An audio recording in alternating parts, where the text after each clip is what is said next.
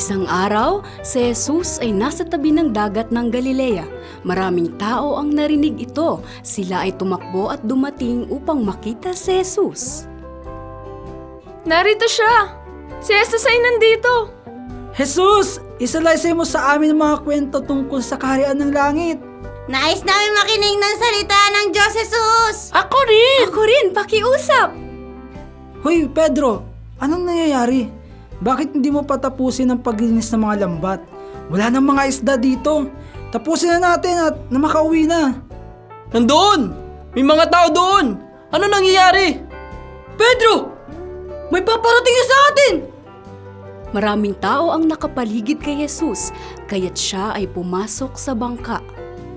Maraming tao ang gustong makinig sa akin.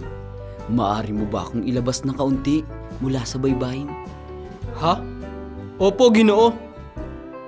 Mula sa bangka, itinuro ni Jesus sa mga tao ang maraming bagay. Tapos na akong magturo.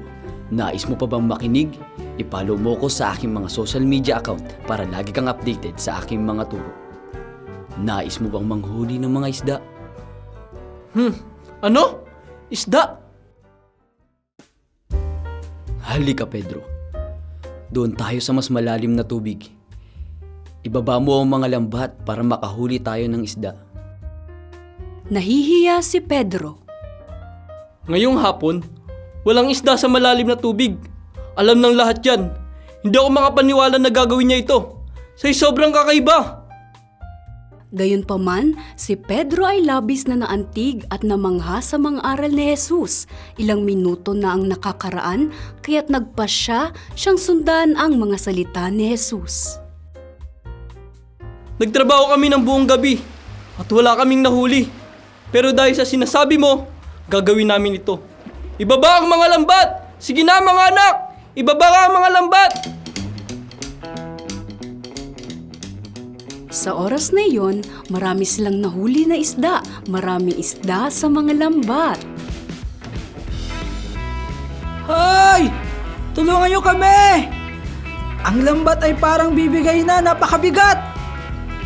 Oh! Hindi maaaring mangyari ito! Oh, Panginoon! Ako isang makasalanan! Ako isang maduming makasalanan! Hindi ako dapat na makasama ninyo! Pedro, kumalma ka. Huwag kang matakot. Mula ngayon, hindi na mga isda, ngunit mga tao na ang iyong huhulihin. Ano? Manghuhuli ng mga tao? Ano sa tingin mo, Pedro? Ikaw ay magiging mangingisda ng mga tao. Gusto mo ba itong subukan? Pauminin po! Gusto rin po namin sumunod sa inyo.